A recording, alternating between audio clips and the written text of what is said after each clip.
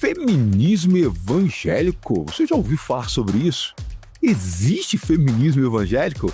Esse importante assunto é o tema do nosso Comunhão Debate de hoje, então não sai daí.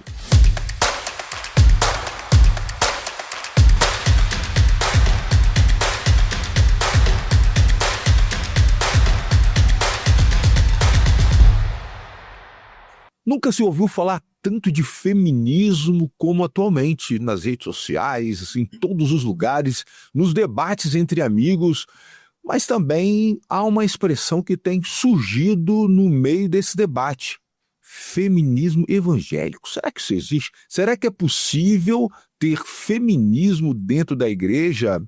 Para falar sobre esse importante assunto, o Comunhão Debate de hoje trouxe uma equipe de pessoas feras, 3 mulheres preparadas para falar sobre o assunto. Vamos conhecê-las?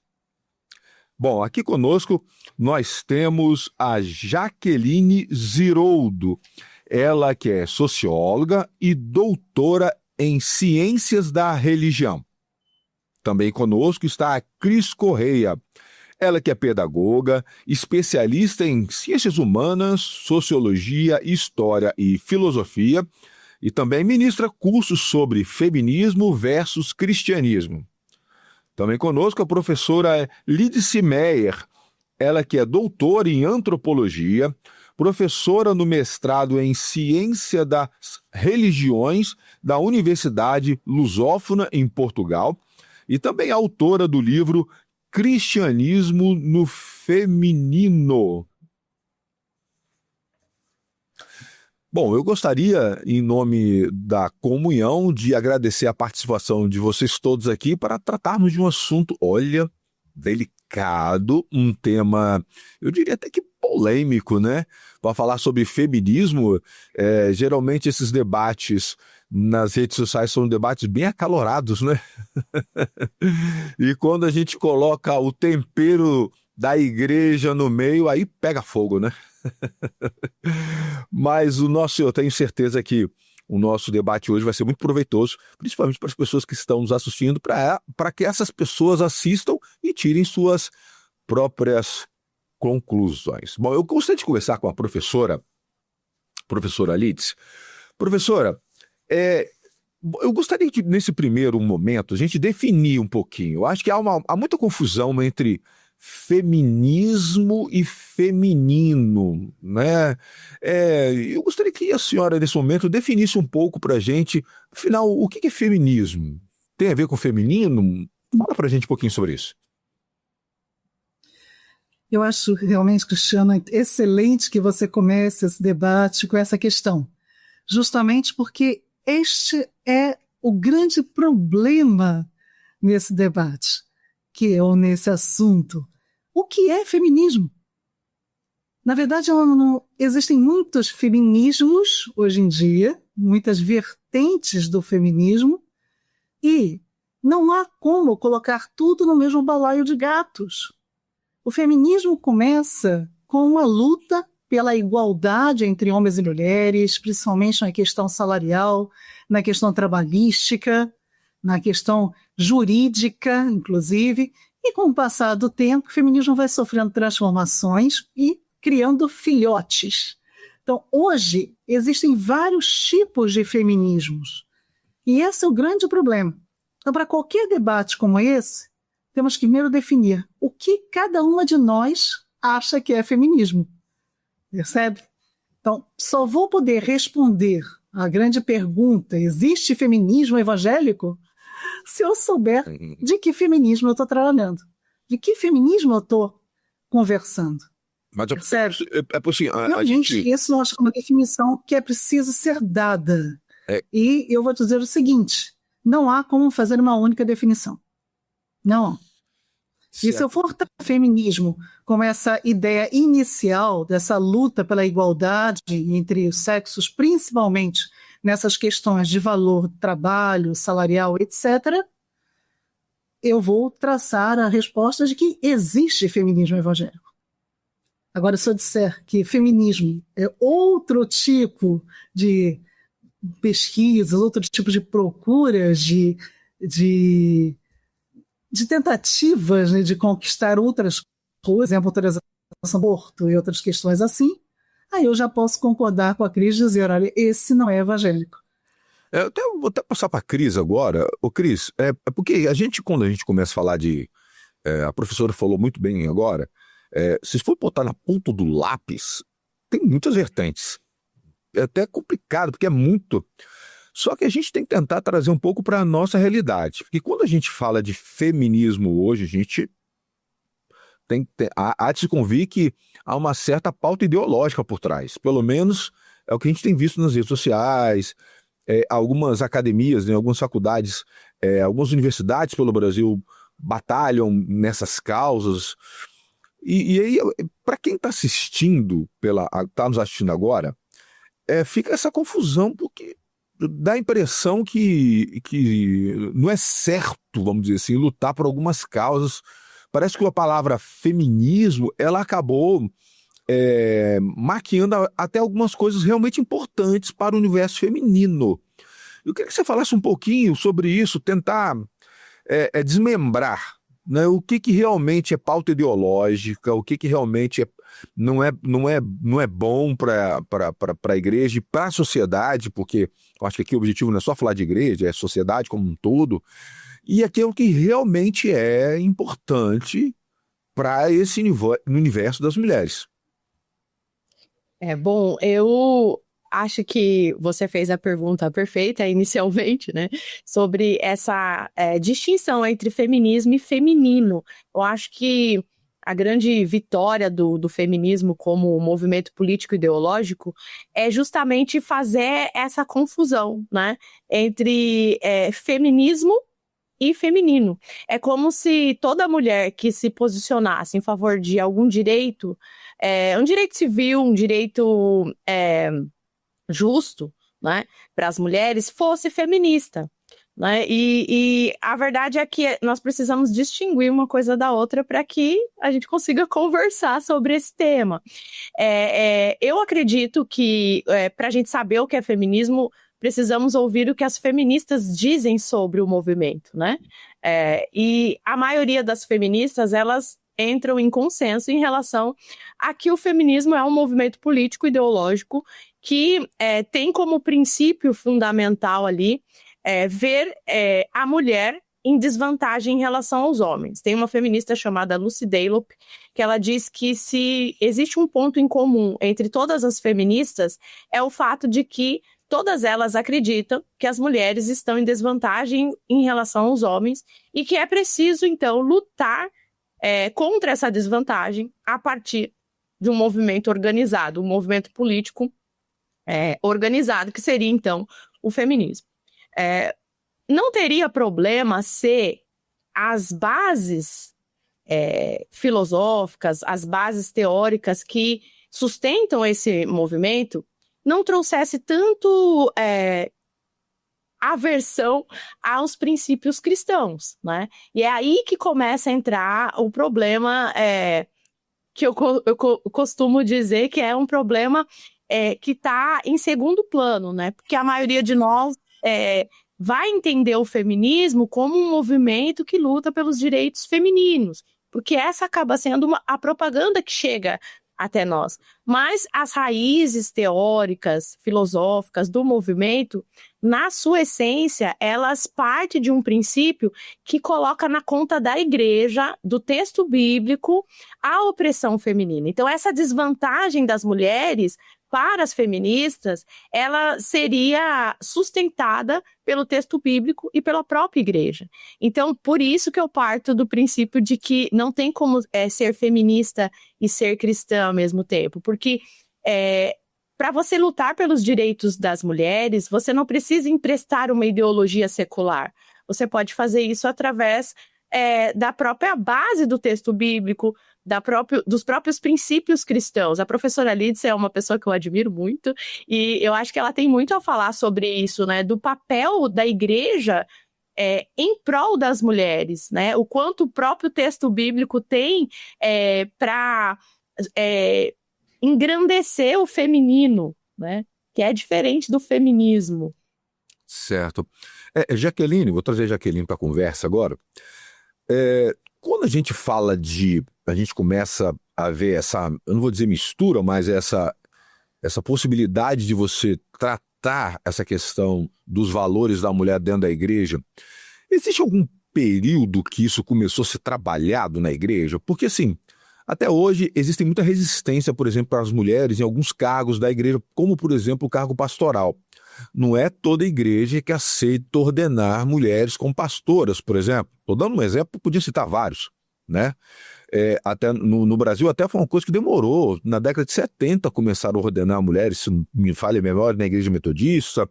Depois, em 2005, foi com a Cassiane na igreja Assembleia de Deus, e por aí veio. Então, assim, até hoje, tem igrejas que não concordam em ordenar mulheres como pastoras. Eu estou dando um exemplo, né? Na parte de liderança, a função, principalmente se é uma mulher que é esposa de pastora, passou até quase a ser um cargo, a ser esposa de pastora. Tem todo aquele ritual, tem que ser perfeita para dar o exemplo pastoral.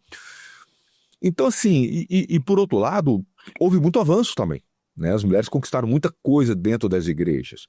E eu queria que a senhora falasse um pouquinho sobre isso. Assim, a partir de quando começou a ter entrar na igreja cristã, essa questão de que, não, peraí, as mulheres precisam ter mais presença nas atividades da igreja?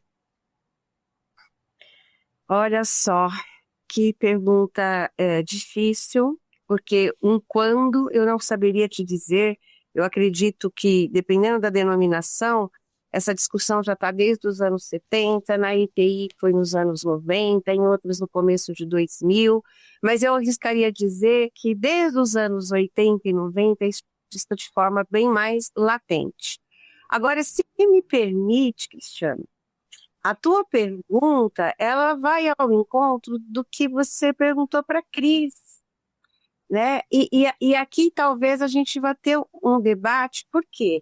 Porque a própria questão de discutir o papel da mulher na igreja está relacionado com a interpretação bíblica que se faz da mulher.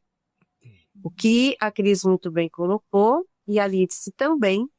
Então, a priori, seria apenas discutir o que está na Bíblia. Por que não dá certo? Por que algumas igrejas ordenam mulheres e outras não? Por que há diferença de interpretação? E aí é que a gente tem que entender que existem dois pontos na Bíblia, a professora Alice sabe muito mais, mas eu vou dar aqui um exemplo muito sociológico a partir de um autor chamado Pierre Bourdieu, num livro fenomenal que ele escreveu chamado Dominação Masculina. E o que Bourdieu diz é o seguinte, nós temos... E nisso eu discordo da Cris totalmente em dizer que nós culpamos a igreja. Não, nós não culpamos a igreja. A igreja colaborou para a exclusão e para a desigualdade da mulher de forma fenomenal. É só nós pegarmos alguns pais, filósofos medievais cristãos, em que falavam que a mulher chegava num grau de impureza, que elas eram comparadas a sacos de escrotos, de fezes fétidas. O corpo da mulher, a mulher, era associada ao pecado, ao malévolo, a tudo ruim. E, infelizmente, a Reforma Protestante não conseguiu romper com isso. Aí, veja só, a gente tem uma leitura de uma igreja. É a igreja evangélica de hoje? Não. Mas, infelizmente, foi a igreja cristã. E uma igreja cristã que colaborou para criar, sustentar e propagar uma dominação masculina sobre a mulher que passa a ser estrutural. E aí que eu estou trazendo o Pierre Bourdieu. O que quer dizer estrutural? Quer dizer que tudo que a gente olha a partir desse viés. Eu pego lá um texto bíblico em que a Bíblia fala da relação homem e mulher e imediatamente eu entendo aquele texto com um olhar estrutural de dominação masculina. Eu já entendo aquele texto a partir de uma diferença que eu tenho. Eu vou te dar um exemplo muito básico e chegar na igreja. Numa aula de escola dominical que eu estava dando numa igreja e que nós estávamos discutindo mulheres no Antigo Testamento, quando a gente chegou em Débora, e graças a Deus que há Débora na Bíblia, uma menina, devia ter os seus 18, 19 anos, falou assim, nossa, Débora tinha um escritório, porque ela era juíza debaixo da árvore, ela estava trabalhando fora de casa, então, pera lá, trabalhar fora não é pecado? Opa, da onde veio essa construção? Essa construção é uma construção que é legitimada por uma leitura bíblica do sacerdócio masculino do lar e que captou a divisão sexual do trabalho ocidental com base numa dominação masculina como algo natural e logo colocou a mulher cristã trabalhar em casa. Eu estou falando de 2017 na cidade de São Paulo. Eu não estou falando de 1980, numa cidade pouco escolarizada. Eu estou falando de uma denominação que eu faço questão de dizer o nome, Igreja Presbiteriana do Brasil. Eu estava numa Igreja Presbiteriana do Brasil em 2017, quando uma menina teve uma epifania, uma libertação para trabalhar fora. Não é pecado, porque Débora saía de casa.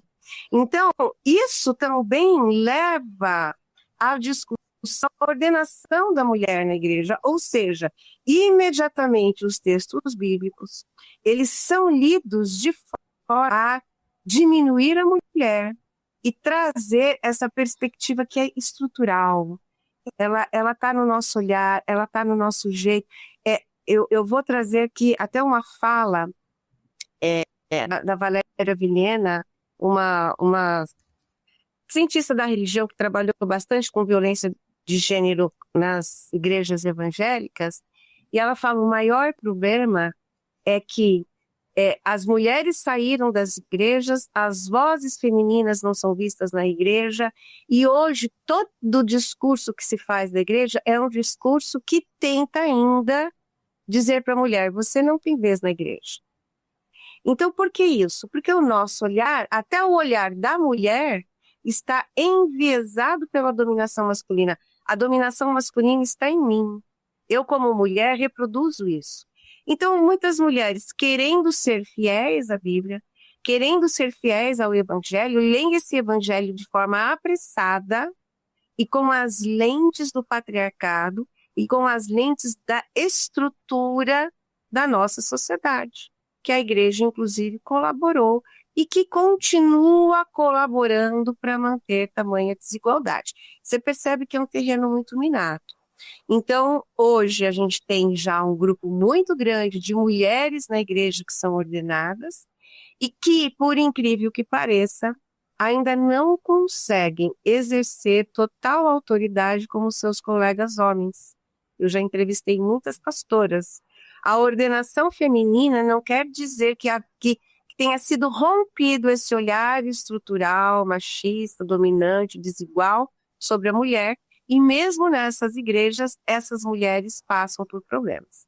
Agora, desde 2000 e pouco, isso já tem diminuído, mas é um debate ainda muito árduo, com muito chão pela frente.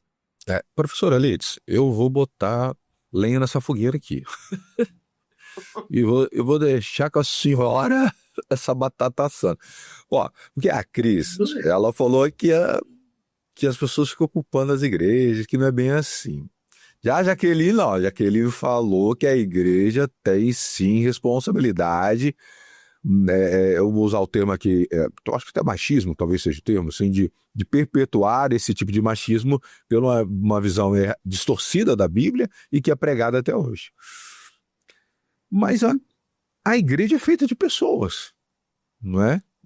Então esse problema talvez não estaria na educação familiar, não? Alguma coisa e acaba sendo levado isso para a igreja? Ou é a igreja que influencia a educação familiar e que automaticamente perpetua essa situação pela qual as mulheres passam nas igrejas hoje? Ok, mas antes de responder isso, eu queria só retomar algumas coisinhas que já falamos aqui, né, antes de algumas conversas anteriores. Primeiro, na questão da Cris, onde ela define o feminismo, todas as feministas acreditam que as mulheres estão em desvantagem contra os homens e precisam lutar contra isso. Isso coaduna perfeitamente também com o que a Jaqueline colocou. Perfeito. Agora, o que eu não concordo com essa questão de colocar todas as feministas no mesmo balaio? Nem toda feminista é contra a Bíblia. Há muitas teólogas feministas que fazem a sua hermenêutica bíblica de forma extremamente detalhista e com muita correção, sem fazer nenhuma crítica ao texto, e sim a crítica à tradução do texto, muitas vezes, ou a crítica às interpretações tradicionais do texto. Por isso que eu disse que também temos que pensar nessa quantidade de feminismos. Dentro mesmo dessa colocação, eu não gosto de rótulos, tenho horror a rótulos, mas já que temos que rotular, então se existe realmente um feminismo cristão, esse feminismo cristão, ele também é todo parcelado.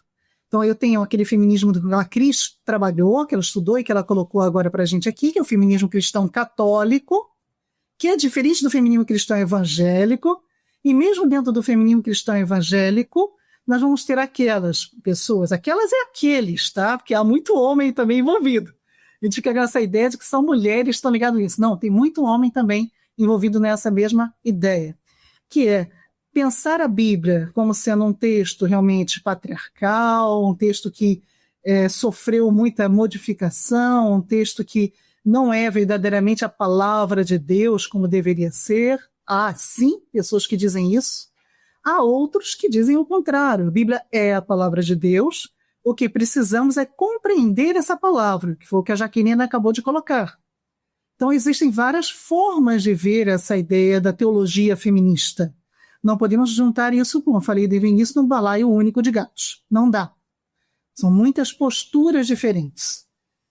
E agora, como isso é perpetuado? Oi, desculpe? Não, porque a senhora falou que a senhora apontou cristianismo, perdão, a senhora apontou feminismo católico e evangélico. Qual é a diferença? Ah, sim, o feminismo católico segue toda a ideia. Primeiro, vai fazer a crítica à Bíblia católica, que é diferente da Bíblia evangélica. A gente tem que ter essa noção. Então, há textos que a Bíblia católica possui, que a Bíblia evangélica não tem, por exemplo. Então, na Bíblia católica, você encontra textos que são extremamente favoráveis à mulher e textos que são horríveis, pavorosos, totalmente contrários à mulher também, coisa que a Bíblia evangélica não tem. Então, menos um probleminha para os evangélicos, tá? Fica à parte.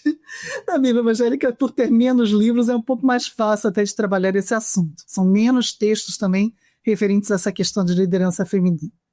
Mas o que acontece é que há, sim, um viés histórico muito antigo sobre essa interpretação dos textos bíblicos, dentro de um viés masculinizante, para não usar a palavra patriarcal, que eu não gosto muito, até porque as pessoas confundem patriarcado com patriarca, né? Essa é uma das minhas brigas normalmente nas minhas aulas. Não tem uma relação, uma coisa não se relaciona com a outra. Então, dentro desse viés masculinizante, esse viés androcêntrico, nos foi passado isso nessa leitura desde, vamos chamar assim, começa isso já no século II e diante, a coisa vai só não crescendo. E a mulher, sim, vai ser cada vez mais retirada da liderança da igreja. Então, se isso vem da família, que é a pergunta do Cristiano, acaba vindo, que se transformou em cultural. Hoje, essa leitura androcêntrica da Bíblia faz parte da nossa cultura ocidental, não só brasileira. A gente está acostumado com essa leitura, homens e mulheres, e por isso é difícil mudar até a cabeça das mulheres. Mas essa luta é antiga, viu, Cristiano? É muito anterior ao que a Jaqueline colocou. No século XIX, já com o movimento sufragista, isso poucas pessoas sabem, mas as sufragistas eram todas evangélicas. Então, se elas fizeram toda aquela luta do sufrágio, buscando os direitos, elas eram evangélicas. Foram as sufragistas que se uniram também na Primeira Guerra Mundial para ir contra a Guerra Mundial, para ter reuniões de oração contra a guerra, para falarem sobre como é que as mulheres deviam se comportar no mundo todo sobre isso. Então, há todo um posicionamento social, desde o século XIX nas igrejas, posicionamento este que tem, sim, uma raiz feminista, claro, histórica, mas que esse feminismo vai se mudando com o passar do tempo. Hoje, infelizmente, a palavra feminista tem um viés extremamente negativo, o Cristiano colocou muito bem, e infelizmente isso atrela o feminino também. Então, qualquer estudo que façamos na igreja ou em qualquer outro local que fale sobre o papel da mulher na igreja e que saia um pouquinho da tradição, você é taxada de feminista. Então, não tem, está muito difícil que a gente conseguir conviver com isso, né? Ficar se equilibrando nesta corda bamba de ser feminino ou feminista, porque as duas coisas parecem que são opostas no momento, em alguns casos. Em outros casos, parece que elas se sobrepõem. Então, você não pode nem estudar, como agora também a Jaqueline colocou, vamos estudar o papel de Débora. Como assim? Você já vai querer colocar na igreja, então, esses ideais feministas? Vamos estudar Maria. Que horror! Não, Maria para o Natal. Então, é muito complicado. Estamos vivendo uma época complicada, uma época que ela é feita, baseada no desconhecimento, e o desconhecimento tem perpetuado muitos preconceitos, e a gente precisa realmente começar a estudar, a aprender coisas, e até mesmo fora das redes sociais, que é uma coisa que o Cristiano colocou aqui. E talvez as redes sociais estejam mais atrapalhando do que ajudando. Eu vou até aproveitar esse gancho da professora. Cris,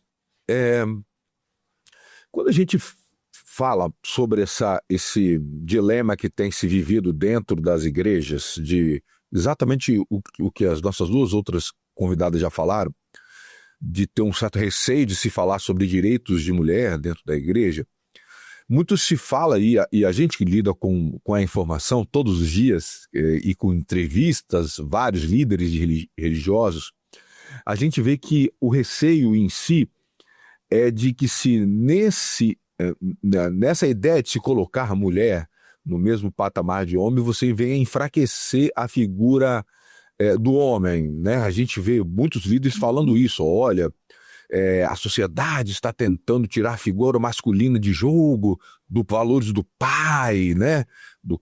Da liderança masculina dentro do lar, e isso não pode entrar para a igreja. Você tem alguns movimentos aí, né? Que está tentando resgatar a figura masculina, o legado do homem. Você tem, né? Temos aí alguns movimentos como os legendários, que virou, né? Está muito nas notícias da mídia também, que está tentando resgatar o valor masculino. Tem até artistas participando. E aí eu pergunto para você, como é que faz então dentro da igreja? Como é que você pode trabalhar a importância, os direitos da mulher, sem querer, vamos dizer assim, passar por cima ou querer bater de frente com essa busca da nova versão masculina, né, para que se não perca esse lado masculino que também é importante no seio da família? Ou seja, Cristiano, o que você está dizendo é que os homens têm mais medo das mulheres, elas tomarem posicionamento e eles não terem capacidade de conseguir acompanhar. Mas não é? Eu tô errado, porque é isso que a gente tem visto. Assim, mas você tem visto uma crise. Nós fizemos aqui um debate há pouco tempo que os pastores falaram sobre a dificuldade que está tendo de se formar homens de verdade na nossa sociedade. Hoje você tem homens aí que não conseguem trocar uma luz, que não conseguem ir no supermercado sozinho, que nós estamos com uma geração, e eu vou falar sobre rede social daqui a pouco com vocês, muito influenciada pela rede social, que tem essa dificuldade, né? Então, realmente tem a ver. Eu queria saber, Cris, passei a bola para você. Tá com você agora. Primeiro, eu acho que não é culpa das redes sociais, eu acho que esse é um problema bem mais antigo. Eu acho que isso é uma crise de identidade que assola aí o Ocidente já desde a Revolução Francesa, né, com essa crise do sujeito. Então, eu acho que essa problemática aí com o masculino, ela também atinge o feminino. Nós estamos vivendo uma era de crise de identidade mesmo. E eu acho que o homem, ele expõe mais, né, essa crise, talvez, porque se espera que o homem seja ali o motor da sociedade, no sentido de força mesmo, de braço, né? A própria Camille Paglia, que é uma feminista, ela fala isso, né, que nós deveríamos agradecer aos homens porque a máquina da sociedade, né, a engrenagem social, ela funciona por causa da força bruta masculina, né? Isso é uma verdade inegável. E se os homens ficam menos másculos nesse sentido, né, no sentido bruto, de força bruta, de fato a sociedade perece. Se tiver uma guerra, nós vamos apelar para quem? Né? Para a força masculina, né? Isso é inegável. Então, eu acho que essa crise de identidade, ela não é culpa do feminismo, né? Eu acho que ela é fruto de uma proposta moderna, né? De uma proposta de um novo sujeito, um sujeito que quis se desenhar, se redesenhar, longe dos fundamentos e dos princípios que já estavam estabelecidos até então, né? Nós tínhamos ali a influência greco-romana e cristã também, e nós temos ali essa proposta moderna de um novo indivíduo, né? E eu acho que essa proposta de romper com as tradições e os fundamentos não deu muito certo, né? Nós chegamos aí no século XXI com uma grande crise de identidade, onde homens acreditam que são mulheres e mulheres acreditam que são homens. Então, acho que isso é muito claro, né? E eu não acredito que isso seja resultado das redes sociais. Eu acho que isso é resultado, sim, de uma sociedade que acreditou que a sua razão, né, acima de tudo, poderia trazer uma nova iluminação aos homens. Só que essa luz, ela realmente não teve força para iluminar, ao ponto de fazer com que os homens fossem melhores, e quando eu digo homens aqui, estou falando de indivíduos, né, no sentido de homens e mulheres. Essa proposta moderna de uma nova iluminação a partir da razão humana, ela não nos trouxe a liberdade que se esperava, ela nos trouxe uma crise de identidade.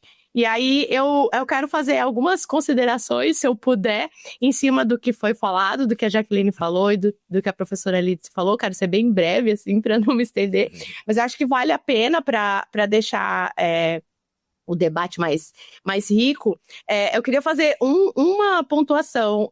Em momento algum, eu disse que a igreja não tem nenhuma responsabilidade em relação a qualquer problemática que possa ter atingido as mulheres. Eu só acho que a igreja ela não é a principal responsável por isso. Até mesmo porque, por mais que existam falhas dentro da comunidade cristã, ainda assim nós temos o fundamento que é a palavra de Deus. Ainda assim, nós temos o fundamento que é Cristo, né? A palavra está fundamentada em Cristo. E como a professora Lídice bem pontuou, essa visão androcêntrica, ela não é a visão cristocêntrica, que é a proposta bíblica, né? Mas ela também não pode ser ginocêntrica. Nós não podemos trocar o antropocentrismo pelo ginocentrismo, né? Nós não podemos trocar uma leitura bíblica por divisão masculina por uma leitura bíblica de visão feminina, porque a Bíblia, eu acho que ela é muito rica nisso, e a própria Simone de Beauvoir reconhece isso. O texto bíblico, ele não traz uma leitura gênero específica, no sentido de que é uma leitura ou masculina ou feminina. O texto bíblico, ele traz uma igualdade que nenhum outro texto trouxe, onde ele coloca homens e mulheres como ou pecadores ou redimidos. Essas duas condições o texto bíblico nos dá. Ele não diz que a mulher ou o homem pode ser mais ou menos redimido, né? Ele diz que existem duas condições para o ser humano. Ou você é caído, estado de queda, né? Ou você está em estado de queda, ou você está em estado redimido pelo sangue de Cristo. Então, existem apenas essas duas condições. O texto bíblico, ele é muito rico porque ele não faz essa distinção entre homens e mulheres. Se houve esses problemas de distinção entre homens e mulheres, e eu não nego que houve, eu acredito sim que houve, foi por influências secular, assim como ainda é hoje, né? Você pega ali a discussão patrística, muitas vezes influenciada pelo pensamento grego, que não era um pensamento cristocêntrico, mas a gente também tem que levar em conta que era um desenvolvimento da própria igreja, né? A era medieval é uma era em que tinham poucos fundamentos ali bem estabelecidos. A igreja ela estava se desenvolvendo. E aí, quando você olha para o sentido do contexto geral, e aí eu vou trazer para os dias atuais para ficar um pouco mais com a nossa realidade, você pega um livro do sociólogo Juliano Speyer, que é um livro sem nenhuma conotação religiosa, é um livro de antropologia, de sociologia, onde ele traz esse comparativo, que mesmo diante de uma sociedade, como você colocou aqui, vamos dizer que a sociedade possa ter essa classificação machista, vamos dizer que a sociedade de fato exclua as mulheres, vamos dizer que de fato a sociedade olha para as mulheres de forma diferente, como se as mulheres fossem menores do que os homens ou menos capazes. Ainda assim, nesse contexto de uma sociedade secular, onde exclui as mulheres, a igreja se destaca como um lugar onde as mulheres têm mais espaço de igualdade, principalmente nos contextos periféricos, onde as igrejas pentecostais, por exemplo, são mais ativas, né? Então, ele fez um estudo de campo onde ele faz esse levantamento que, inclusive, em relação à violência doméstica, que é um assunto importante de se falar, dentro dos contextos cristãos, dentro das comunidades cristãs, em comparação com o contexto geral, esses índices diminuem quando as famílias começam a frequentar as igrejas. Então, nós precisamos reconhecer o papel da igreja em contraste com o mundo caído. E é nesse ponto que eu discordo das feministas, porque as feministas, elas não veem a igreja e o evangelho como a solução. Elas muitas vezes colocam a igreja e o evangelho como o problema, o principal motor dessa desigualdade. E eu não acredito que isso seja justo de se colocar nas costas do cristianismo, quando, mesmo com falhas, mesmo com problemas, no decorrer da história, nós vemos que a igreja sempre esteve dando esse espaço para as mulheres em relação ao mundo em geral, muito maior. Né? Mesmo em espaços que as mulheres não têm oportunidades de exercer cargos de liderança espiritual, ainda assim, mesmo nesses ambientes, as mulheres têm espaços onde elas podem se desenvolver. Né? Se você pega hoje as figuras políticas que são ativas no nosso contexto, né? Seja de viés de direita, seja de viés de esquerda, figuras que cresceram no seio das comunidades cristãs, as mulheres, elas têm uma facilidade de comunicação, elas têm uma presença de autoridade muito maior do que outras mulheres. Então, de onde veio essa formação dessas mulheres? Do seio da igreja. Então, por isso que eu discordo de que o feminismo possa ser um meio de beneficiar as mulheres dentro da igreja, porque eu acho que o cristianismo ele supera qualquer ideologia, sabe? Eu acho que, como mulheres cristãs, nós não precisamos emprestar ideologia secular, nós não precisamos emprestar um discurso secular para lutar pelos nossos direitos.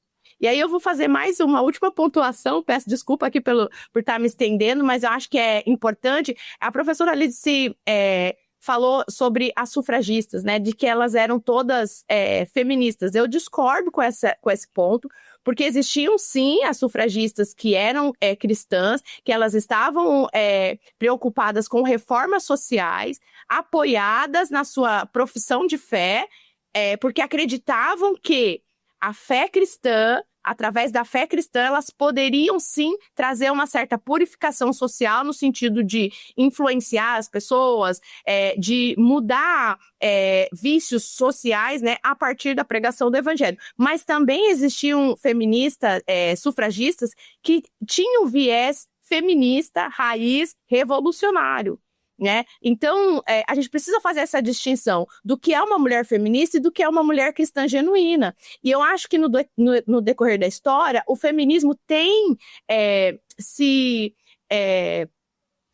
apropriado da voz feminina e transformando toda mulher que luta por reforma social em feminista. E isso não é justo, porque as próprias teóricas do movimento, elas deixam bem claro essa distinção. Para você ser feminista, você não pode ser uma reformista, você não pode buscar reformas sociais, porque o feminismo ele é um pouco além de reforma social, ele propõe uma revolução social, e isso não é de agora, isso é desde o início. O termo feminismo, ele surge no livro Musas da Razão.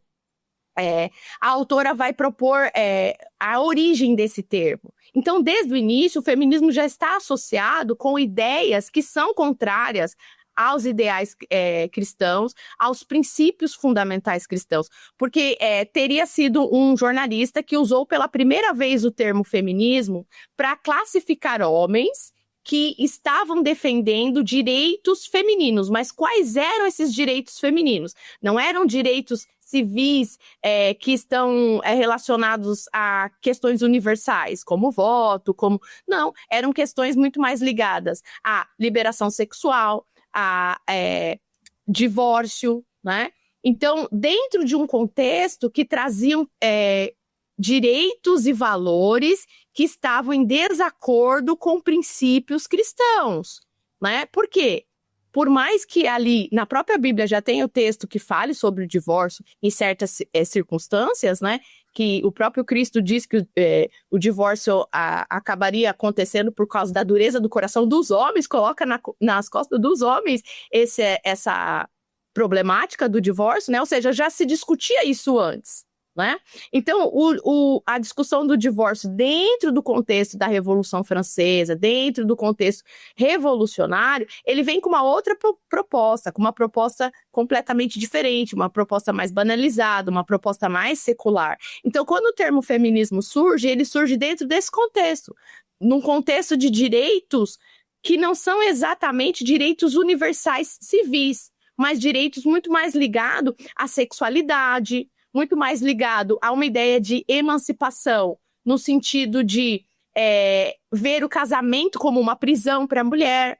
Então, a gente precisa dar uma avaliada nessa questão para que a gente, muitas vezes, não tenha um apego ao feminismo, de um feminismo idealizado que, na verdade, nunca existiu. Então, o meu posicionamento pode parecer um pouco mais radical, mas é porque eu parto desse princípio de estudar as raízes ideológicas do movimento.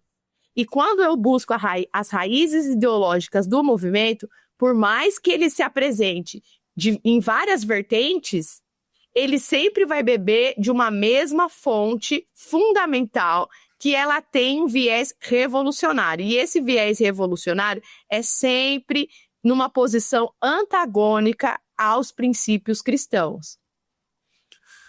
Tá certo. Agora, só antes de eu passar para Jaqueline, eu queria só pedir a vocês a gentileza com relação para a gente poder dosar um pouco as perguntas, tá bom? O tempo, a gente tem um reloginho aqui e ele tá correndo assim, rápido. Então, assim, daqui a pouco eu vou precisar encerrar o debate e senão eu não consigo passar tudo que eu preciso abordar com vocês, tá bom? Então, eu vou pedir só essa gentileza.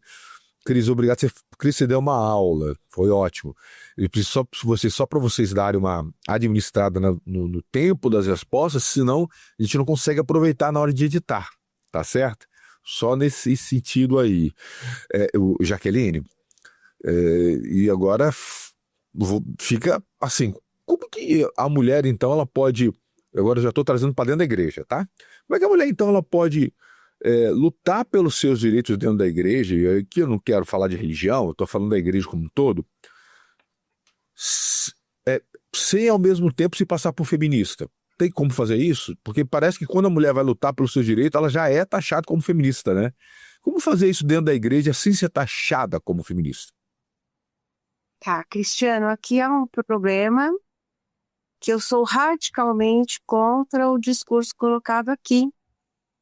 Então, taxada de feminista não é pejorativo, porque há um processo sociocultural e histórico que a Cris não colocou. Não dá para a gente pegar as bases de um pensamento e transportar para o pensamento atual. O feminismo tem, sim, muitas vertentes. Eu conheço inúmeras mulheres evangélicas que lutam pela igualdade de direito, e que estão dentro da Bíblia. E eu considero que um país com grau de feminicídio como o nosso, a igreja deixar a palavra feminismo, ela está teologicamente cumprindo o contrário do que ela prega, que é a igualdade. Por quê? Porque num país como o nosso, nós não podemos ficar, desculpa a expressão, com mimimi ideológico. Vamos falar de gênero, vamos falar de feminismo, vamos falar de machismo, deixa as pessoas falarem, vamos ressignificar os conceitos a partir dos locais onde nós estamos. Então, primeira coisa, se alguém chegar e falar, vamos falar de feminismo, vamos, de que feminismo você fala? Vamos falar do que o feminismo se tornou, vamos falar que eu, Cris e Lixi, podemos estar aqui por direitos conquistados. Podemos falar na igreja por direitos conquistados. Não dá para colocar tudo no caldeirão de bruxas. Eu tenho muito medo dessa generalização dos movimentos que hoje tendem a ser cada vez menores. E a gente tem que entender o universal no contextual. No contexto brasileiro e de igreja brasileira, conheço o Speyer, ele tem um observatório evangélico, ele realmente escreveu bastante coisa, mas há controvérsias sobre esse número de mulheres. Ao contrário, né, já foi colocado em mais de 40% de denúncias de violência doméstica contra as mulheres ocorre em lares evangélicos. Se a igualdade na Bíblia, que é pressuposto cristão, estivesse sendo exercida, eu diria que nem feminismo nós precisaríamos ter. Por quê? Porque a igualdade das mulheres estaria ali. Teria um outro movimento, teria busca por outras coisas, por liberação sexual. Tudo bem, a gente teria N outras coisas. A discussão do aborto talvez estivesse aí, mas o direito de ser igual ao homem. Toda igreja que eu vou falar, eu falo, olha, vamos assumir uma culpa histórica? A igreja cristã tem a fórmula. Cristo tem a fórmula. Homem e mulher os criou, nós somos imagem e semelhança de Deus. Quando eu tento resgatar essa questão, até te responder, de como que é a mulher estar na igreja e ser tratada igual, eu vou para a antropologia bíblica. Maravilhosa, homem e mulher. Deus criou homem e mulher, Deus deu um propósito. Aonde é que começou a existir o governo do homem sobre a mulher? Gênesis 3. Foi plano de Deus? Não, foi maldição. Gente, vamos dormir com isso. Foi maldição. E desde que o mundo é mundo, essa maldição se perpetua. Mas com o segundo Adão, Cristo, é que a gente rompe a maldição porque ele se fez maldito e a gente busca resgatar o propósito de homens e mulheres serem parceiros. Então, toda vez que eu tento trazer... Vocês estão me ouvindo? Sim. Tá, toda vez que eu tento trazer a questão dessa igualdade, dessa luta cristã para a igreja, eu vou para a antropologia bíblica. Eu gosto de um livro que não é de feminista, é de um homem alemão que viveu no nazismo, Bonhoeffer, escreveu um livro maravilhoso, Criação e Queda, quando ele vai falar de que o que era a mulher para o homem. A mulher para Adão, Eva para Adão, era o limite e a expressão do seu amor, porque não existiria humanidade, homem e mulher. Percebe? O que seria a humanidade, homem e mulher? E com a queda, aquilo que era a extensão do amor e o limite do exercício da humanidade se passou a ser domínio, poder, controle ou aniquilação. A desigualdade de gênero, ela está aí desde que o mundo é mundo por isso. Então, como que a gente trata isso na igreja? Primeiro, que eu não tenho problema de ser taxada de feminista, volto a falar, é importante a gente discutir conceitos e ressignificá-los. Mas, uma forma que a gente pode discutir isso sem sequer falar de qualquer movimento é ir para a antropologia bíblica e falar qual foi o propósito de Deus na criação de Adão e Eva. Fica esse livro para vocês lerem, Criação e Queda. Quem quiser vai lá e bebe ali de Bonhoeffer, né? Que morreu inclusive no campo de concentração, um homem alemão falando sobre isso. Eu acho que só isso vai quebrar um pouquinho como que a gente é míope para entender. O texto bíblico está lá sim, mas aqui que eu vou trazer a discussão. Ele não foi colocado em exercício de tal forma que o cristianismo histórico, e aqui a gente tem que separar a igreja, como você bem falou, Cristiano, de sujeitos, os cristãos, da igreja cristã. A igreja cristã não anunciou essa igualdade, ao contrário. E aí essa igualdade ficou... Então eu não acho que nós pegamos uma ideologia secular, eu acho que nós falhamos com o mundo enquanto igreja, porque nós tínhamos toda a condição de mostrar para os gregos, para os romanos, para quem viesse, olha, em Cristo não há nem homem nem mulher. Ok? E nós não fizemos isso historicamente. É isso, obrigada. Tá certo.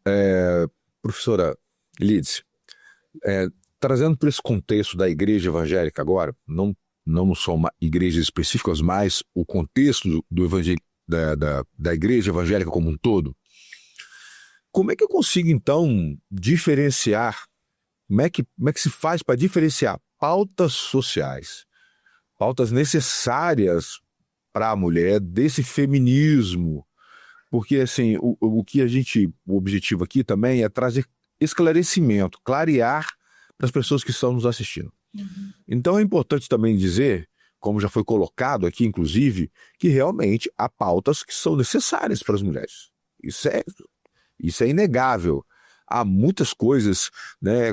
O Brasil é um país machista, nós temos uma alta taxa de feminicídio, a Lei Maria da Penha recentemente completou 19 anos, e há muitas conquistas pela frente, foram conquistadas algumas coisas, mas você ainda vê taxas muito altas. Você vê um problema recente que nós temos trabalhado também com relação às meninas, com relação à erotização infantil, pega muito essa questão das meninas também. Então, nós vivemos num mundo muito complicado hoje. Então, como é que a igreja consegue debater temas importantes, pautas importantes para as mulheres, sem entrar no viés do feminismo? É possível isso? Como é que você consegue identificar isso e trabalhar isso? Pegando já o gancho tanto da Cris quanto da Jaqueline, vamos lá. Primeiro, com a questão da Cris, falar justamente que se o feminismo começa como uma ideologia, e a Cris colocou uma coisa muito ligando homens a essa ideia de feminismo, podemos já dizer então que quem criou o termo e quem aplicou o termo não foram as mulheres. Começa por aí. Então, rótulos que foram colocados sobre as mulheres. E como disse a Jaqueline, precisamos ressignificar isto. Primeira questão, eu acho, esqueçam a palavra feminismo. Esqueçam a palavra feminista.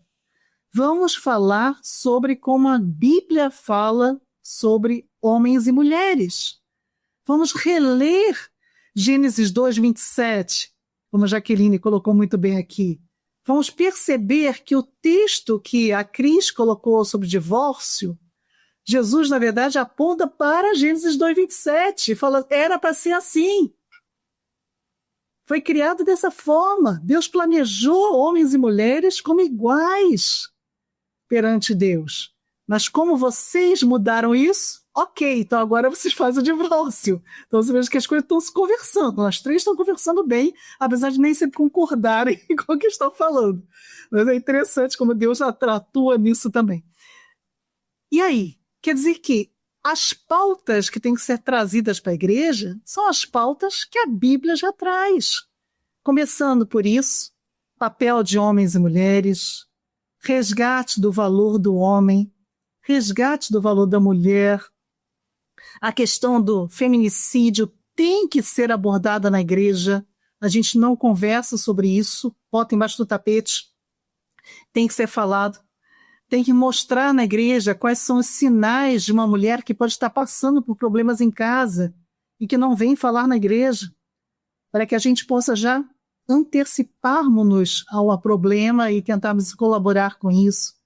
Temos que verificar realmente como está sendo essa questão da erotização das crianças, sim, meninas, da infantilização dos meninos.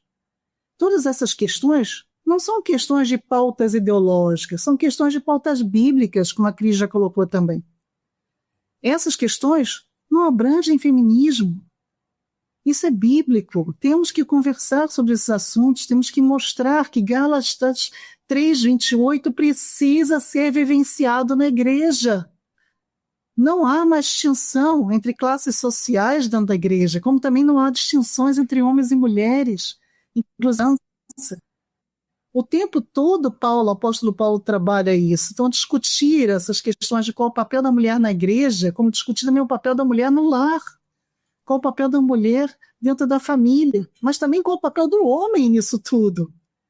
Então, sim, Cristiano, não vou me alongar, mas sim, há pautas que devem ser tratadas na igreja e precisam ser tratadas na igreja, que independem de qualquer margem ideológica, e concordo com a Jaqueline. Esqueçamos um pouco esse viés, se é feminista, não é feminista. Isso só atrapalha a discussão, isso só atrapalha o crescimento da igreja. Não temos que ficar criticando os feministas, nem temos que ficar elogiando. Simplesmente vamos vivenciar a Bíblia, vamos ler, vamos estudá-la. E algo que eu tenho muito nos meus cursos. Vamos verificar o texto original. Cuidado com as traduções em português. Infelizmente, muitas traduções têm viés androcêntrico, sim. Sim, muitos textos meus trabalham isso. A mesma palavra, quando é usada para homens, é traduzida de um jeito. A mesma palavra usada para mulher, a tradução é completamente diferente. Um exemplo muito claro é quando vemos lá o fato de a palavra soknet, que é traduzida como aquela que aquece a cama de Davi, e lá em Isaías a mesma palavra, quando é usada para um homem, o homem não aquece a cama, sabe o que o homem é? Administrador do palácio imperial. Engraçado, né? Mulher aquece cama, homem administra. Percebe? A tradução já é feita com viés androcêntrico, e só isso já atrapalha e muito a nossa leitura, a nossa compreensão do texto, e perpetua muitas visões erradas do texto. Então, tenha muitas Bíblias em sua casa, tenha o máximo de traduções em português na sua casa e, se possível, busque também os textos no original para poder fazer discussões melhores na igreja, mais aprofundadas teologicamente e contribuir mais para o crescimento da igreja. Ô, Cris, você viu você que foi comentada pelas duas participantes, né? Eu queria ver com você o seguinte, você falou algo aí que eu anotei aqui, e eu gostaria de te questionar sobre isso. Você falou assim que esse boom do que está acontecendo não tem a ver com rede social. Você falou uma coisa que é muito questionável, no sentido de que todas as vezes que a gente lê algum artigo, ouve assiste algum podcast sobre esse tipo de assunto, esse boom do feminismo e essa questão das igrejas evangélicas é citada nas redes sociais. As mídias, elas são colocadas quase como que um fator fomentador desses debates, dessas discussões. É claro que essa questão do machismo sempre teve ao longo da história, mas parece que as redes sociais, elas trouxeram uma batalha muito forte em relação a isso, e talvez isso realmente esteja incentivando, motivando, fomentando algumas discussões. Você defende isso mesmo? Você acha que as redes sociais não têm nada a ver com isso? Bom, eu acho que as redes sociais, elas vão potencializar os problemas que existem, né? E falar em casa é complicado por causa dos cachorros, mas eu realmente acho que o problema, ele tem uma raiz mais profunda, né? Mas nós vivemos na era dessa facilidade de todo mundo falar, né? Todo mundo discutir e isso se espalhar de uma forma que dá a entender que é um problema novo, né? Mas eu acredito que nós estamos aí na pós-modernidade, né? Mas nós ainda colhemos frutos da modernidade, né? De discussões antigas, né? De discussões que começaram há séculos atrás. Então, quando a gente começa a estudar a evolução do pensamento, a raiz dessa do que nós discutimos publicamente, a raiz daquilo que moldou o nosso imaginário, a gente vê que essa raiz é um pouquinho mais profunda, né? Eu acho que nós não temos muito essa noção do quanto nós somos influenciados pela cultura que nos cerca, né? E é uma das coisas que eu bato muito na tecla também, por isso que eu não concordo que o termo feminismo precisa ser ressignificado, né? Eu acredito que a gente não precisa desse termo, eu acredito que ser cristão para nós mulheres deve ser tão importante quanto é para os homens, né? Ser reconhecidas como imitadoras de Cristo, né? Refletindo essa imagem, refletindo essa personalidade, essa presença. Então, eu realmente acredito que ter essa consciência do quanto nós somos moldados pela cultura que nos cerca também é importante, não apenas para nós identificarmos ali as influências antropológicas, mas também para que nós possamos identificar essa influência ginocentrista, né? Eu nasci nessa geração já que já veio moldada com essa consciência feminista, né? A Gerda Lerner, ela bate muito na tecla em relação a essa consciência feminista, né, das feministas, como se ser feminista fosse uma intuição feminina, né? Então, se você não faz essa distinção de influência de pensamento, de raiz de pensamento, de influência cultural, você acaba absorvendo esses princípios, esses ideais, sem perceber que, na verdade, você está sendo moldado por uma cultura, né? Então, se ninguém te explicar para essa nova geração que não existe uma consciência feminista, existe uma consciência ou justa ou injusta, existe uma consciência cristã ou uma consciência secular, né? Então, eu acho que se nós não explicarmos para as próximas gerações que o feminismo ele não é intrínseco às mulheres, eu acho que nós vamos perder na narrativa. E eu acredito que nós vivemos uma guerra de narrativas. E eu acho que as redes sociais, ela potencializa essa guerra de narrativas, e por isso que parece, né, que as redes sociais é a grande influência dessas ideias. Na verdade, ela só é uma janela dessas ideias, né? Ela é uma potencialização dessas ideias que estão sendo repetidas muitas vezes sem que as pessoas tenham consciência de onde elas vêm, né? Então, eu tenho muito essa postura de crítica ao feminismo. Eu me posiciono como uma pessoa... Eu sei que não é fácil.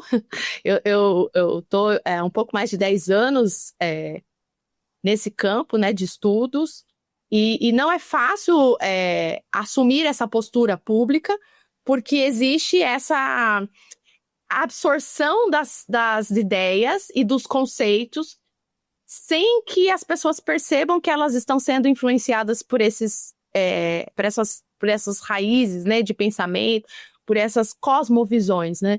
Então eu acho que é importante esse tipo de debate, esse tipo de conversa. Eu respeito muito as duas que estão aqui, né? São pessoas que se mostraram bem conscientes daquilo que defendem também, mas eu insisto em me posicionar aí que eu não concordo com essa ressignificação dos termos. Certo. Ô, Jaqueline, a gente está entrando nessa parte da reta final agora do nosso debate, e a gente falou muito da igreja, a gente falou muito fala vários conceitos aqui. Eu queria trazer agora nessa reta final para dentro da família, ok? Como é que as famílias podem trabalhar essa questão? Eu não vou nem usar termo feminismo aqui agora, não. Eu vou falar aqui valorização da mulher. Como é que a família pode trabalhar isso dentro de casa, com os filhos, com os netos, com a esposa, com o marido? Como é que pode ser trabalhado isso dentro de casa? Para que haja essa valorização da mulher em todos os aspectos. Eu não estou falando aqui só questão para se combater o feminicídio, não. Estou falando em todos os aspectos: social, humano, profissional, religioso. Como é que a família pode trabalhar essa questão desse respeito e dessa igualdade? Como é que a gente pode fazer isso? Isso dá uma disciplina no mestrado, vamos lá. Em primeiro lugar, eu sou estruturalista genética, aqui minha concepção, a partir de uma linha lógica, e sigo a linha do Bourdieu, e aí eu vou falar de hábitos primários. O hábitos é essa predisposição de enxergar o mundo. É mais forte de uma cosmovisão, e que se aprende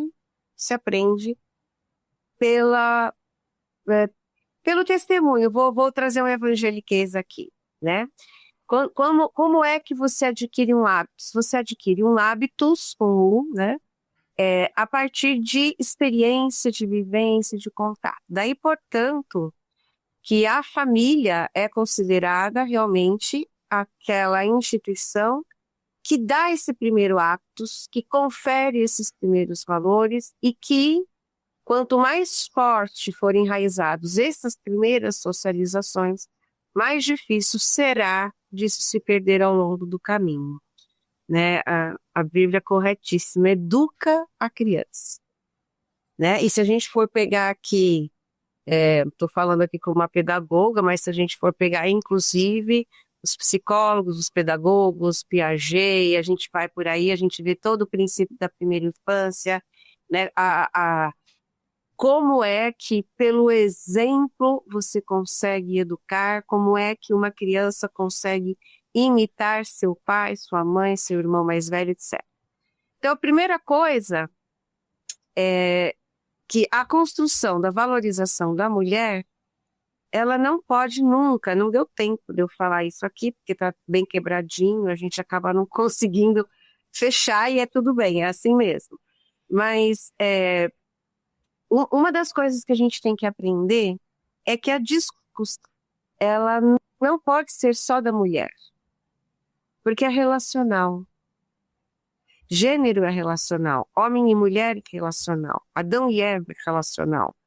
Então, quando pais, o homem e a mulher, o pai e a mãe, conversam, têm parceria e se relacionam, isso acontece dentro do lar, os filhos e filhas começam a entender que homem e mulher se relacionam em parceria. E aí é tudo mesmo. Começa, obviamente, no casal a pensar quantas horas trabalhar fora, quantas horas a gente precisa. A gente não pode universalizar de jeito nenhum algumas questões no Brasil, porque no Brasil não há opção trabalhar ou não trabalhar para muitas mulheres. No Brasil não há opção, eu vou ficar 2 anos amamentando no mesmo lugar que eu estava. Em alguns países da Europa tem essa opção. O que mostra que é uma questão de política pública. Não é só fazendo um gancho. Isso é legal da igreja. Ao invés de ficar falando, feminismo presta, não presta, vamos fazer, tudo que a gente está discutindo aqui, vamos lutar para que as mulheres tenham uma licença maternidade digna, para que as mulheres não percam a sua ascensão profissional por serem mães. Quando a gente faz isso, a gente melhora a condição estrutural política da sociedade. Então, fecha o parênteses. Nem toda casa consegue conversar numa boa sobre isso. Às vezes, mulheres e homens têm que deixar e terceirizar o filho, e isso não depende do que a gente quer. Mas ensinar para a criança que papai e mamãe são iguais, que papai e mamãe é que decidem pela vida dela, que papai e mamãe são parceiros em tudo, mesmo que tenham tarefas divididas, é a primazia de tudo, né? E com certeza a gente está falando da construção de um masculino dentro dessa casa. Porque quando a gente fala de uma família que valoriza a mulher, a gente está falando de um masculino que não tem medo dessa valorização. A pergunta que você trouxe aqui foi fantástica. Olha, os homens, alguns pastores estão reclamando, e eu pergunto, que masculino é que está com problema? Porque se for a masculinidade tóxica, amém, que ela seja toda desconstruída, ok? Por quê? Porque há um masculino que se faz exatamente na valorização da mulher, como há um feminino que se faz exatamente na valorização do homem. Nós não temos que lutar apenas pelos nossos gêneros, nós temos que entender que eles são relacionais.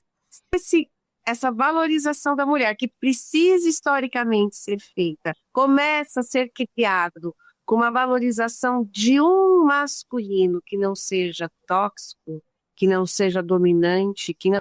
Pronto, está feito. Difícil? Nossa, Cristiano. É um exercício de desconstrução e que todo casal precisa sentar e traçar isso de forma intencional. Se eu puder dar um conselho para homens e mulheres que querem criar filhos, e é assim, você tem que ter intencionalidade, porque quando a gente menos vê, a gente está reproduzindo tudo. A Cris mesmo falou, estamos reproduzindo, nem sabemos que estamos, sem dúvida. Então, há de ter uma intencionalidade no casal que queira criar filhos debaixo de uma nova masculinidade e de uma nova feminilidade, que sejam parceiras, correlatas e que percebam a dependência um do outro. Nós não somos autônomos, nem mulheres, nem homens, né? É isso. Olha, é um assunto que dava para fazer uma série. Parte 1, parte 2, parte 3, porque a gente começa a falar e o assunto é realmente muito profundo, mas nós chegamos ao final. Eu vou passar para as considerações finais, para que cada um de vocês faça sua consideração e em seguida nós vamos encerrar. Então nós vamos conversar com a professora Litz para que faça as suas considerações finais. Agradeço essa oportunidade de estar aqui na comunhão. Convido todos aqueles que estão nos assistindo a lerem na comunhão, inclusive procurarem os meus artigos na comunhão. Lá você vai conhecer um pouquinho também sobre alguns temas relacionados, como, por exemplo, patriarcado e patriarca, poder diferenciar essas questões. Vamos descobrir um pouquinho também sobre as questões de feminismo, que também tem trabalhado uma coisa ou outra relacionada a isso também, e sobre principalmente o papel da mulher na igreja, o papel da mulher na família. Tudo isso vocês vão encontrar artigos publicados na Revista da Comunhão. Podem também visitar o meu site no www.litzmeyer.pro, onde você vai encontrar também mais ainda, não só as referências todas da comunhão, como também outros artigos em outros locais, jornais e também até mesmo cursos, palestras, que talvez te interessem para aprofundar mais essa questão sobre a mulher na igreja e a mulher na família. E o meu desafio é: procurem entender melhor esse assunto. Não fiquem só nas redes sociais, só nos influencers, mas pesquisem livros, leiam, procurem saber melhor do que se trata essa história de feminismo, antes de já começar a bater de frente e achar que é uma coisa demoníaca. Descubra que realmente existem várias posturas, várias formas de ver isso. E esteja aberto ao diálogo. Nunca demonize imediatamente sem estar aberto ao diálogo. Converse. Procure saber das pessoas também. Como disse muito bem a Jaqueline, existem muitas teólogas feministas, existem teólogas não feministas, como existem teólogos pró e teólogos contra. Leia de tudo e retenha o que é bom. Ok, agora vamos passar para a Cris, para suas considerações finais. Eu quero agradecer a oportunidade, né, de estar aqui e dizer que se você tem curiosidade de conhecer um pouco mais sobre esse antagonismo entre feminismo e cristianismo, eu costumo dizer entre fé e ideologia, você pode me procurar pelas redes sociais, é @CrisMarinaCorreia. Eu tenho uma plataforma de cursos também chamada Secrets, onde eu apresento vários grupos de estudos, cursos, onde a gente se aprofunda aí nessa questão, tanto da história do feminismo, na origem, no desenvolvimento da filosofia, teoria, ideologia, e também os pontos fundamentais em que o feminismo antagoniza com o cristianismo. Eu tenho 2 capítulos publicados em livros, né, da minha amiga Ana Campanholo, deputada Ana Campanholo. Um se chama Guia de Bolso contra Mentiras Feministas, é um livro bem curto, com respostas rápidas sobre as principais dúvidas em relação a algumas questões que nós estamos acostumados a achar que devemos ao feminismo. O meu capítulo no Guia de Bolso contra Mentiras Feministas, ele diz respeito a se as mulheres trabalham apenas por conta do feminismo, né? Então ali você pode descobrir descobrir se você trabalha essa ideia de que a mulher só trabalha fora ou só pode trabalhar fora por conta do feminismo. Eu trago ali uma ideia histórica do desenvolvimento do trabalho da mulher e como que isso se relaciona na vida cotidiana. E também no novo livro que ela está lançando, que é esse Não Existe Cristã Feminista. Aqui a gente aborda vários pontos, dos quais nós conversamos aqui, inclusive, sobre o papel da mulher, o papel do homem, a missão da mulher e do homem, tanto da mulher casada quanto da mulher solteira. O meu capítulo específico nesse livro fala sobre teologia feminista, do porquê que eu acredito que por mais que existam várias vertentes feministas, existe um fundamento ali que está na raiz antagonizando com os fundamentos cristãos. Então, o meu capítulo é sobre teologia feminista, e eu convido vocês a lerem. Também tem o papel da igreja na vida das mulheres, que foram escritos por 2 católicos, né? Aqui falando sobre a evolução do papel da igreja na vida das mulheres, né? Desde a Idade Média, enfim, até os dias de hoje. Então, é isso. Eu tenho me colocado aí nesse debate já há algum tempo, um pouco mais de 10 anos. Eu acredito que é um debate importante dentro da nossa geração, dessa cultura que é tão influenciada, né, por narrativas ideológicas. Eu acredito que nós estamos em uma guerra de narrativas. Eu acho que se você se preocupa com os direitos femininos, se você se preocupa com o papel da mulher na sociedade, se você se incomoda, assim como eu também me incomodo, com às vezes a forma com que a mulher é tratada, né, na nossa sociedade, se você reconhece injustiças, né, não apenas com as mulheres, mas também com os homens, eu acredito que o melhor caminho para que você encontre boas respostas e um bom modelo de como você se posicionar na sua geração é através do cristianismo. Então, eu acredito que se quem está nos ouvindo não conhece ou não está ainda em contato com alguma comunidade cristã ou tem interesse, né, em se aprofundar aí, em princípios que tratem de igualdade, justiça, equidade, eu acredito que a melhor fonte é o cristianismo. Eu acho que sempre vai ser o cristianismo. Então, eu deixo aqui o recado. Eu sou a Cris Correia, né, que fala sobre o porquê que não tem como ser feminista e cristã. Ok, Cris, agora vamos passar para Jaqueline, né, para fazer suas considerações finais. Bom, eu agradeço demais, viu, a presença aqui, agradeço demais o debate, extremamente propício. Vou ao encontro do que as 2 colegas falaram, que esse debate não basta, até porque ele mostrou alguns pontos sem um fechamento único, né? Eu adoraria ser jornalista, bem melhor que ser sociólogo, porque eu ia ficar só... Bom, vamos lá. Mas se eu puder dar uma palavra, a palavra que eu dou não é como socióloga, é como eu trabalho muito na igreja. Nós temos pontos que nós dificilmente dialogamos. E hoje aqui os ouvintes tiveram a oportunidade de ver 2 pontos de vista. Um dizendo não pode existir feminismo com cristianismo, o outro dizendo pode, vai depender do feminismo. Mas, de qualquer forma, as 3 mulheres aqui partiram do pressuposto que tem que existir igualdade e que o cristianismo é a fonte dessa igualdade. Então, eu acredito que haverá coisas belíssimas no que a Cris fala, já sei, porque já li muito da Lídice. Eu não sou influencer e eu não escrevo sobre gênero, sou especialista em mercado religioso, principalmente do mundo gospel, essas coisas todas que acontecem. Mas, como socióloga cristã, como professora, claro, tenho o meu ponto de vista, inclusive trabalho em São Paulo com um projeto de extensão no mestrado onde eu estou, em que as igrejas acolhem mulheres que sofrem violência doméstica. E essas igrejas têm papel de acolhimento e encaminham para ONGs mulheres evangélicas que sofrem isso. Por que eu termino a minha palavra aqui dizendo: não seja ideologizado por nenhuma fala.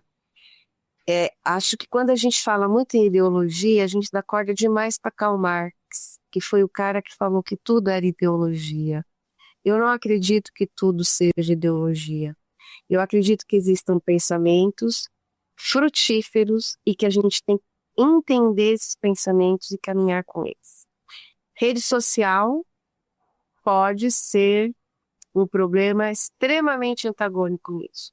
Tudo que aparece na rede social carece de ser analisado. Então, que haja uma análise liberada, porque eu acho que assim, quem não gosta de feminista não vai ver o que se escreveu, o que ela falou. Quem gosta não vai ler o que Cris falou. Não, eu acho que a gente tem que tentar entender o ponto em comum, perceber que o cristianismo é a fonte da nossa igualdade, tirar esse discurso de ideologia, tirar dos nossos ombros e ouvir tudo, ler tudo, reter o que é bom em comparação à Bíblia. Mas, volto ao começo da minha fala, mesmo que a gente não chegue a tantos lugares comuns como nós quisermos chegar, a água que nós bebemos é a mesma e ela se provou hoje aqui dizendo: homens e mulheres são filhos e filhas de Deus, criados à sua imagem e semelhança. Pega isso